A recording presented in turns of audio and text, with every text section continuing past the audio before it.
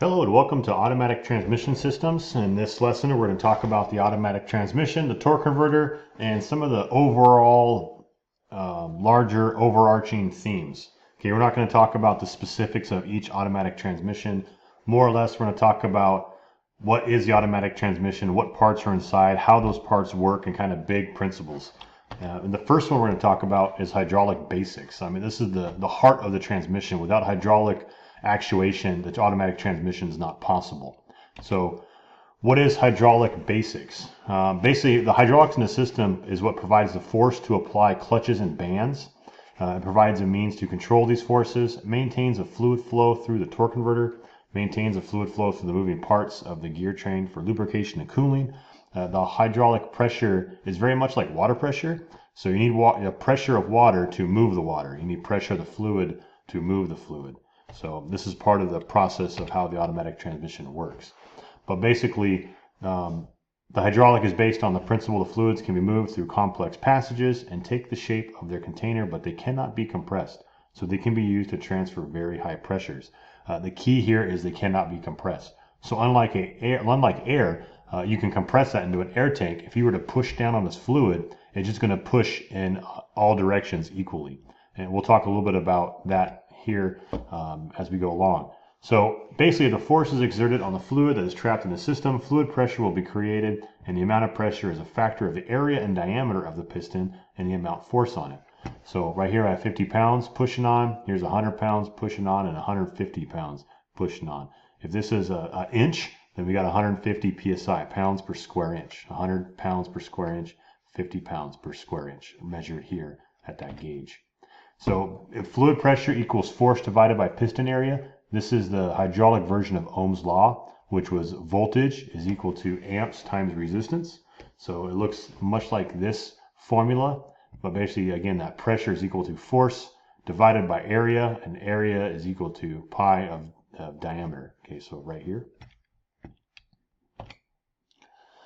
Fluid transmit pressure equally throughout a system. There will be an equal pressure at each point in the system. So if I push on 100 psi's worth of pressure right here, it's 100 psi all the way throughout all of this. What changes is the force on the size of these diameter, these pistons right here. So the pressure in the system is determined by the size of the input piston and the amount of force pushing on it. The amount of output force is determined by the size of the output piston and the amount of fluid pressure. 100 psi pushing on 2 square inches generates a force of 200 pounds. So if you look right here, here's 100 pounds on 1 square inch, and that's going to be 100 psi, 100 pounds per square inch. Okay, so it's 100 psi all the way around here, but I have 100 psi now pushing on 2 square inches, so that equals 200 pounds of force out. So I've doubled my output, but what's going to happen is my movement. There's a lot less movement on this piston, but I am going to multiply my output. Fluid force equals pressure times piston area. So here's force equals pressure times area. And then, so overall, for the whole transmission as we tear it apart, basically you have the case. Here's the case that houses all the internal components. The pan, the sump, the tray right here where the fluid sits, stores. Here's your filter to filter that fluid. Here's the pump, which is driven off of the torque converter right here. And the torque converter is driven off the engine, bolted to the flex plate, and that flex plate is bolted to the engine. Much like a flywheel is bolted to the engine for a manual transmission, an automatic transmission has a flex plate that this torque converter bolts to. So the engine's turning, this torque converter is turning, and the housing is turning anyway. And then we'll talk a little more about how the torque converter works. But on the inside of it, you're going to have a turbine and an impeller. So we'll talk more how that works. But you have fluid coupling that's going to turn the input shaft. But the action, then this pump gets driven as well, and that creates fluid pressure to bring fluid up from the filter and around throughout the case to operate all of these hydraulic components. So here's the pump. Basically, as a torque converter is turning, it's going to turn this inner pump right here, or this inner spline, and as it rotates, it's going to move this whole piece around right here, and that brings fluid out of this, brings a low pressure area here. So here's your pan, goes through the filter. This low pressure area goes up through here because atmospheric pressure is pushing on the fluid in the sump, pushes the fluid up in this low pressure area. As it goes around this crescent in the driven gear, it's going to create high pressure up here, and it gets squirted out in this line pressure. So line pressure you can think of as like operating voltage on a car, like it's the battery kind of. It's sitting there ready to do work. We've now created this pressure to push on or do stuff, to force on things to create this shifting. So here's the overview of the hydraulic system again. The sump through the filter, through the pump. Now remember, this is line pressure. It's going to get regulated through this pressure regulator right here. It'll spring in orifices and it'll bypass. This controls the amount of line pressure. Then it goes down to a control valve that's being manipulated. And then that allows fluid to go out to an output piston, which is right here, that moves this piston forward and back. We'll talk more about this, but the gist is we're creating fluid pressure. We control where it goes, this valve body, these control valves, to basically push on clutches and pistons and bands and move things. So we're using it for work. Here's a big hydraulic circuit schematic. So it's showing you all the hydraulic passages and components. Again, here, down here is the strainer. Here's your pump, comes up. Here's your primary regulator valve, like we saw earlier. This is all the line pressure, everything in red. So everything here is pressurized and red. You have shift valves and all these solenoids to basically operate. And this transmission right here is cutaway. You can see the cutaway of the torque converter right here. And then you have clutches right here. These are some clutches and bands and planetary gear sets, etc. So we'll talk, here's a planetary gear set here and here. We'll talk more about that here in a minute. The valve body, this is what controls all those, or houses all those control valves, plugs, bushing, springs, solenoids. All of these spools and valves move and operate and move or push fluid around into these circuits that you see here. See all these valves right here? These are all in that valve body. These shift valves and control valves and throttle valves. All this stuff is operated and moved around to manipulate the transmission. Here's your manual valve up here, what gear you're in that you control, etc. So there's your valve body right here, and that houses all that. Has lots of little, it's hard to see on this picture, but there looks like a little worm casings and trails in here that the fluid moves around in. So torque converters. Basically, here's a cutaway of that torque converter. Here's the flex plate right here. So this is engine side, and the torque converter is bolted to this flex plate. Again, the flex plate is bolted to the engine. And then if you notice the housing of this torque converter right here, this gray part, as it comes around here, well, the whole big giant housing is mounted with the impeller. So this impeller, this green part, is a bunch of fins in here, which you'll see in a little bit. They're physically moving with the housing of the torque converter. This turbine, however you want to call it, is basically kind of free floating, spinning inside here, and it's splined right here to the transmission input shaft. So as this outer housing and this green part turns, it pushes fluid into the turbine, and then that spins, which turns the input shaft. And then it gets redirected through the stator back to the impeller, and it makes this big circle, which basically fluid couples the engine, the crankshaft, to the transmission input shaft. So yeah, there's no physical mechanical linkage to the transmission. It's all coupled by fluid. Fluid pushes this turbine, which is splined to the transmission. So it multiplies torque. It allows the engine to idle because you have your stall speed, which is the speed at which the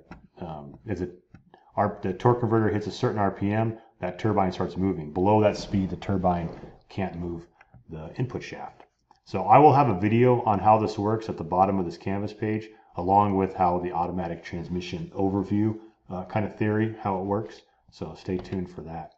Here's another exploded view of that torque converter. Here's that housing right here. It's bolted to the flex plate. And then this impeller is part of this housing on this gray part. And then inside is this turbine. Here's those vanes I was telling you about. So fluid gets pushed off these vanes into the turbine. That spins, which pushes that, or drives that input shaft of the transmission. The fluid turns direction and gets redirected through the stator, and then it goes back to the impeller. So pretty cool system. Let's say you're driving down the road, cruising on the freeway though, you don't need any fluid coupling. This torque converter clutch plate right here gets engaged with fluid pressure, and it pushes onto the cover, and that's going to lock the turbine to the cover. And that gives you that 1-to-1, which gets rid of the fluid coupling and power losses of the torque converter. So pretty cool system. You can see it work in your car. If you're cruising 55 miles an hour and just kind of barely touch your brakes enough for the light to come on, you'll see your RPMs are going to go up like a half a gear. And that's proof that your torque converter clutch is working. And then there's cooler. As it comes out of the torque converter, it's going to go through the cooler, which right here, it's like a little mini tubes inside the radiator, so the coolant in the radiator in the side tank is going to cool that transmission fluid, and it goes back to the transmission. Sometimes they're an external cooler, so it just depends on the system that you have. Normally I'd show a video right here how the torque converter works, but we're going to skip this for now. I'm going to put a video at the end of this lesson on Canvas. So automatic basics, planetary gears. These are the gears that actually gives us the gear ratio. So now the ICE is running, it turns the torque converter, which turns the impeller and the turbine. All of that goes into the input shaft of the transmission. Now we have a spinning shaft in the transmission. So that shaft needs to turn something, a gear somewhere. Well, in automatic transmission, unlike the manual transmission, they have planetary gear sets. It's basically 3 gears. You have a sun gear in the middle, right here is blue one, which shows right here. You have a planet carrier right here with these little pinion gears or planet gears, and that's shown right here in yellow and green. And then you have a ring gear, internal gear, or annulus gear. I've heard it be called all of that right here, and that's the orange. And note it has a spline over here. That's what's turning. So I'm going to have to turn one of these 3 things, hold one, and then the third unit will become my output. It'll make more sense as we talk about it and go along. So right here we're talking about power flow through here. The input is my sun gear. If I turn this sun gear, what's going to happen is this planetary gear set right here, these pinions are going to turn in the opposite reaction, counterclockwise, and it's going to turn this output on this ring gear right here. So basically that's kind of the flow of this. And then right here we have another example to where input, I can turn the ring gear. This gets turned right here. So this is my input, and then I hold the sun gear right here. So what happens if this gear is being held and I'm turning this ring gear, this whole planetary carrier is going to turn right here. And the pinions will turn also, but the whole carrier turns. And that carrier can be connected to something, and that's going to move something else in the transmission. And all of this gives me different gear ratios. So as I go through this whole process of turning one of these 3, holding one of the other 2, the third piece is going to be my output. And depending on, again, which one I'm holding, which one I'm turning, and which one's the output, that changes my gear ratios. So that's basically how different gear ratios work in the automatic transmission. And I can have one of these 3 pieces be connected to another planetary gear set. And we can stack these planetary gear sets given multiple gears in an automatic transmission. Traditionally, for every 2 gears you have 1 planetary gear set. So control devices, this is what we're going to use. So the hydraulic pressure, the fluid, will move into the piston, and that's going to push this piston against these steels and frictions, which causes something to turn. So like this forward clutch. Right here you'll see these alternating steels and frictions. As fluid fills up and applies inside this hollow shaft and goes into the back of this piston, like this showing you applied on the bottom half, fluid goes into the piston, pushes the piston forward, squeezes all these steels and frictions, and see how some are splined to this outer housing and the blue ones are splined to this inner one. When the piston pushes on all of it, it squeezes it. When the outer's spinning, it pushes through this and it spins the inner one, and that drives this inner hub inside here. So it's kind of how the fluid can turn something or release something. So I'm going to skip this one for now. And basically there's also one-way clutches. So if I turn something, it can go one way but not the other way. Okay, and they come in different styles. Here's one right here where you can see they have these rollers right here. There's these little ramps, an inner race and an outer race with cams on it. What happens is if I can turn this inner race in this direction, it's going to push these rollers into the lower cam, allowing this to turn. But if I try turning it the other way, it pushes the rollers up this cam, which wedges it and locks all 3 pieces together. Well, the outer and inner race together. So that's a one-way clutch operation. A Sprag clutch works similarly. These little dogs right here. So when you turn it one way, the dogs kind of lean down and allow it to turn. But when you go back the other way, it pushes them up. They have these rounded edges that'll clamp them up and not allow it to go the other way. So you'll see that right here. Free, it turns this way, walks them down. Turning it counterclockwise, they kind of wedge up. Yeah, so we also have bands. but we're going to talk about that in part 2.